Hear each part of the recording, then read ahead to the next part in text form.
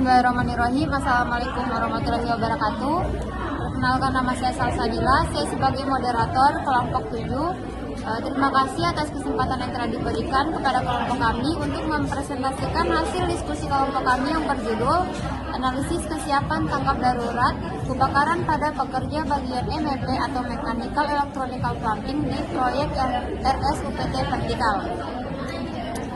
Selanjutnya saya ucapkan yang saya hormati dosen pengampu mata kuliah kesiapan kedaruratan kesehatan dan keselamatan kerja, yaitu Bapak Syawal Kamiluddin Saputra SKM MSc, dan teman-teman sekalian yang saya banggakan.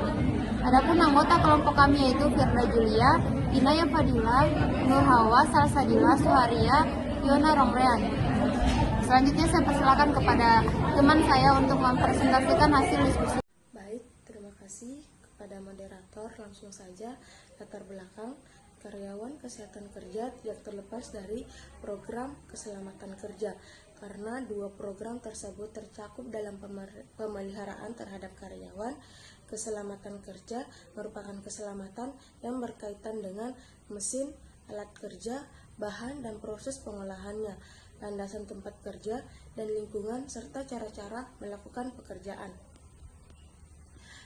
Selanjutnya, konsep kesiapan dan tangkap darurat K3.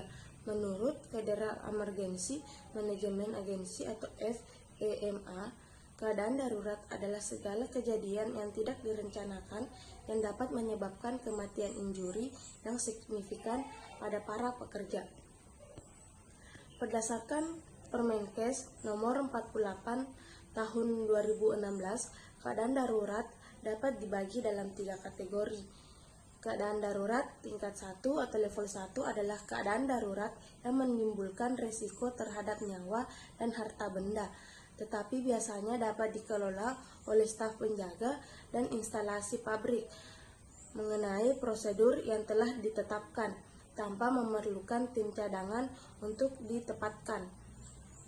Kedua, keadaan darurat tingkat 2 atau level 2 adalah keadaan serius yang tidak dapat dikendalikan oleh seorang pegawai yang bertugas meskipun dengan bantuan peralatan dan material instalasi atau pabrik, seperti kebakaran yang signifikan, ledakan, kebocoran material B3, atau semburan gas atau minyak yang menimbulkan risiko terhadap keselamatan pekerja, wilayah penduduk setempat, membahayakan kehidupan manusia, lingkungan, dan instalasi. Kemudian, keadaan darurat tingkat 3 atau level 3 adalah bencana atau keadaan darurat terkait bencana yang lebih serius daripada tingkat 2 yang membutuhkan kerjasama dan dukungan nasional. Itulah tadi, saya kembalikan kepada pemateri. Materi selanjutnya itu ada identifikasi potensi bahaya dan risiko kedaruratan, yang dimana identifikasi potensi bahaya dan risiko kedaruratan itu merupakan langkah yang penting dalam manajemen keselamatan dan kesiagaan bencana. Ada 4. Yang pertama itu penilaian risiko, kedua itu pemetaan risiko, yang ketiga kesiapan dan tanggapan, yang terakhir itu evakuasi dan perbaikan. Untuk mengenai tentang materi selanjutnya, prosedur evakuasi dan penyelamat, yang dimana ini keadaan darurat itu adalah dari perubahannya dari suatu kegiatan atau keadaan atau situasi yang semulanya normal menjadi tidak normal sebagai akibat dari suatu peristiwa atau kejadian yang tidak diduga atau dihendaki. Untuk penanggulangan keadaan darurat itu adalah yang dimana upayanya untuk atau tindakan yang dilakukan untuk mengatasi keadaan yang akan menimbulkan kerugian agar situasi atau dari keadaan yang tidak dihendaki tersebut dapat segera diatasi atau dinormalisasi mungkin. Untuk mengenai materi apa saja kedaruratan dan fasilitas kedaruratan yang menjadi ada dua. Yang pertama peralatan kedaruratan, yang kedua itu fasilitas kedaruratan. Yang pertama itu ada alarm, detektor, speaker, alat pemadam api ringan atau yang disebut dengan APR. Yang terakhir hidran. Untuk yang kedua itu ada jalur evakuasi, pintu darurat, tangga darurat, tempat perhimpunan. Baik, untuk materi selanjutnya saya Baik, selanjutnya prosedur evakuasi dan penyelamatan. Fasilitas kedaruratan mencakup berbagai alat dan sistem yang dirancang untuk memastikan kesiapsiagaan dalam menghadapi kedaruratan, khususnya kebakaran. Nah, di lokasi konstruksi terdapat beberapa peralatan kritis yang perlu disediakan untuk meminimalkan resiko dan dampak kebakaran. Pertama, yaitu alat pemadam api ringan atau APAR. Ini merupakan salah satu peralatan utama yang harus tersedia. APAR dirancang untuk digunakan oleh pekerja dalam situasi awal kebakaran sebelum api membesar. Selanjutnya, sistem hidran atau sprinkler juga menjadi bagian penting dari peralatan kedaruratan. Hidran memungkinkan petugas pemadam kebakaran untuk mengakses sumber air secara langsung di lokasi kebakaran. Selanjutnya, bagaimana evakuasi dan perbaikan dari sistem tanggap darurat. Jadi, evakuasi sistem tanggap darurat dilakukan dengan menggunakan standar NFPA 1600 edisi 2019 dengan mencakup pemeriksaan berbagai aspek manajemen darurat. Jadi beberapa temuan dan rekomendasi perbaikan dari evaluasi tersebut adalah sebagai berikut. Yang pertama itu kesesuaian dan kekuatan sistem, yang kedua pentingnya pelatihan rencana, yang ketiga pemulihan yang lebih baik, yang keempat koordinasi dan kerja tim audit, dan yang terakhir itu evakuasi berkelanjutan. Selanjutnya, metode penelitian yang digunakan pada jurnal yang kita ambil yaitu jenis penelitiannya ini adalah kuantitatif dengan pendekatan deskriptif analitik. Ditinjau dari pemilihan waktu penelitian, desain ini adalah cross-seksional yaitu pengumpulan data sekaligus dalam satu waktu yang bersamaan. Penelitian ini bertujuan untuk menganalisis kesiapan tanggap darurat kebakaran pada pekerja konstruksi bagian medical electronical plumbing MEP di proyek pembangunan rumah sakit UPT Vertikal Makassar. Penelitian ini dilakukan di PT PPADHI KSO proyek pembangunan rumah sakit UPT Vertikal Makassar yang beralamat di Jalan Metro Tanjung Bunga, Tamalete, Macini, Sumbala, Makassar, Sulawesi Selatan. Populasi dalam penelitian ini yaitu pekerja di proyek RSUPT Vertikal Makassar yang berjumlah 180 orang dan sampel dalam penelitian ini adalah pekerja bagian MEP di proyek RSUPT Vertikal Makassar.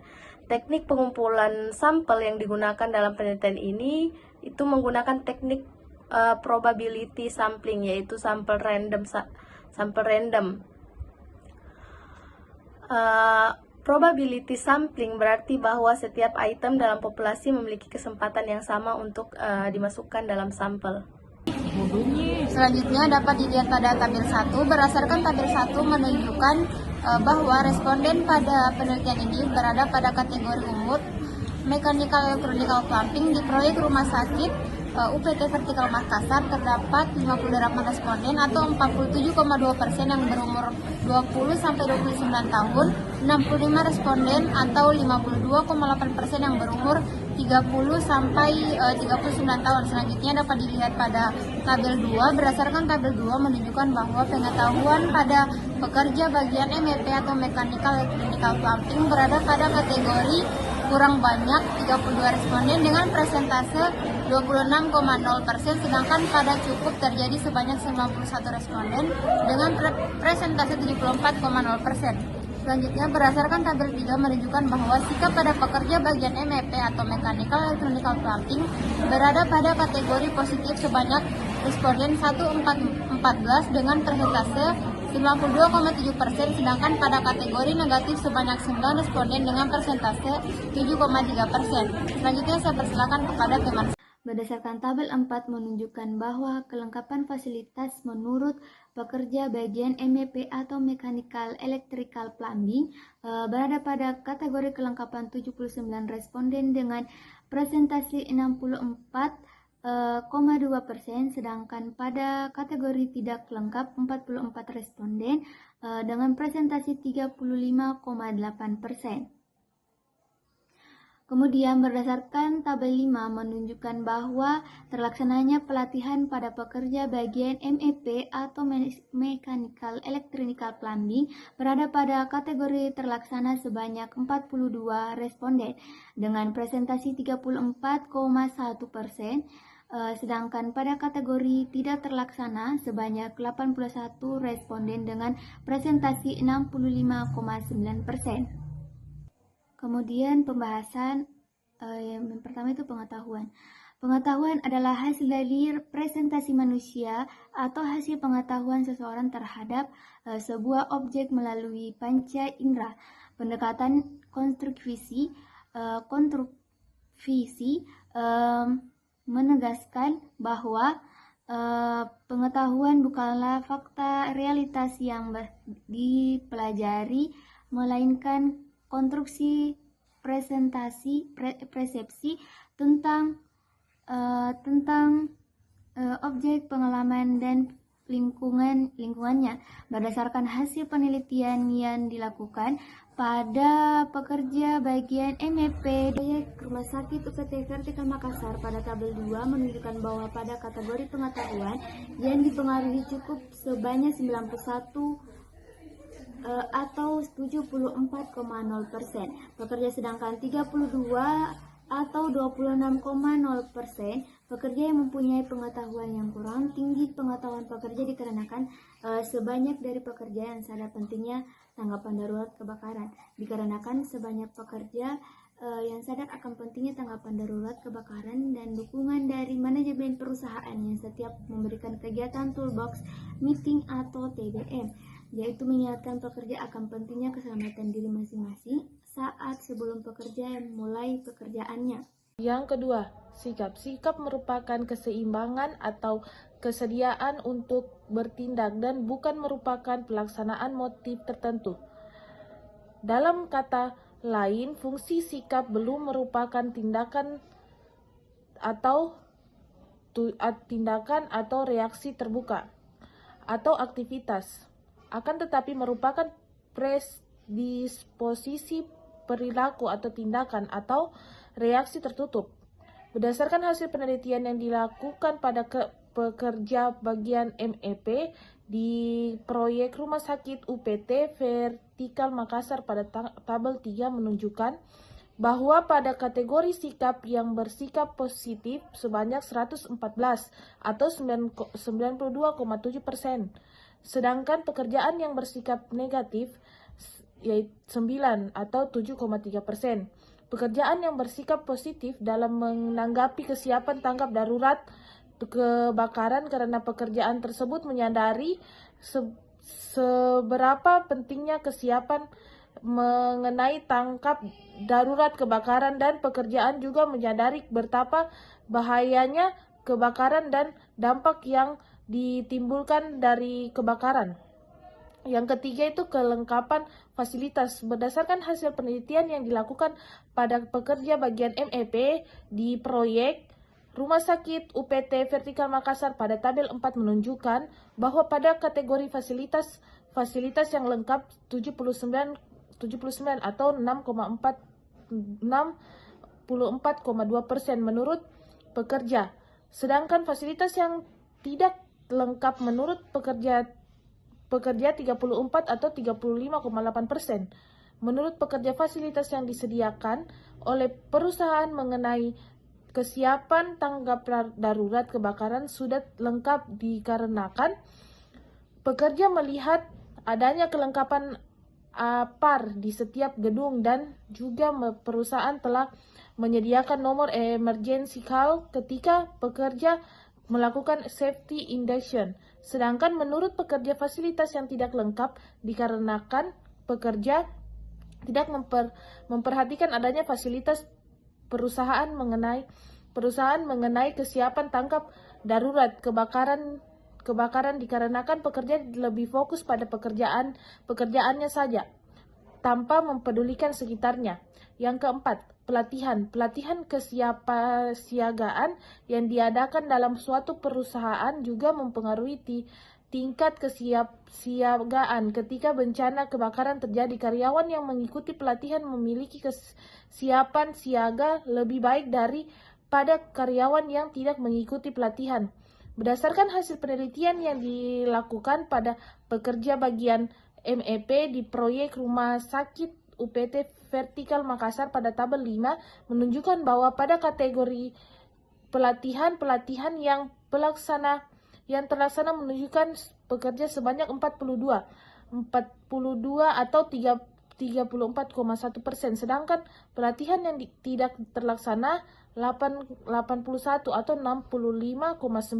Pelaksanaan yang berlaksana karena adanya beberapa pekerjaan yang terlalu mengikuti pelatihan kesiapan tanggap darurat kebakaran, meskipun hal tersebut tidak selalu dilakukan, sedangkan pelatihan yang tidak terlaksana dikarenakan sebagian besar pekerja belum berpartisipasi mengikuti pelatihan mengenai kesiapan tanggap darurat. Sekian dari saya. Kesimpulannya, berdasarkan penelitian yang dilakukan di proyek Rumah Sakit UPT Vertikal Makassar mengenai kesiapan tanggap darurat kebakaran pada pekerja bagian MEP di proyek Rumah Sakit UPT Vertikal Makassar, maka dapat ditarik kesimpulan yaitu dari kategori sumber daya manusia diperoleh hasil pekerja dengan tingkat pengetahuan yang cukup besar, yaitu sebesar 74,0%, pekerja dengan tingkat pengetahuan kurang sebesar 26,0%.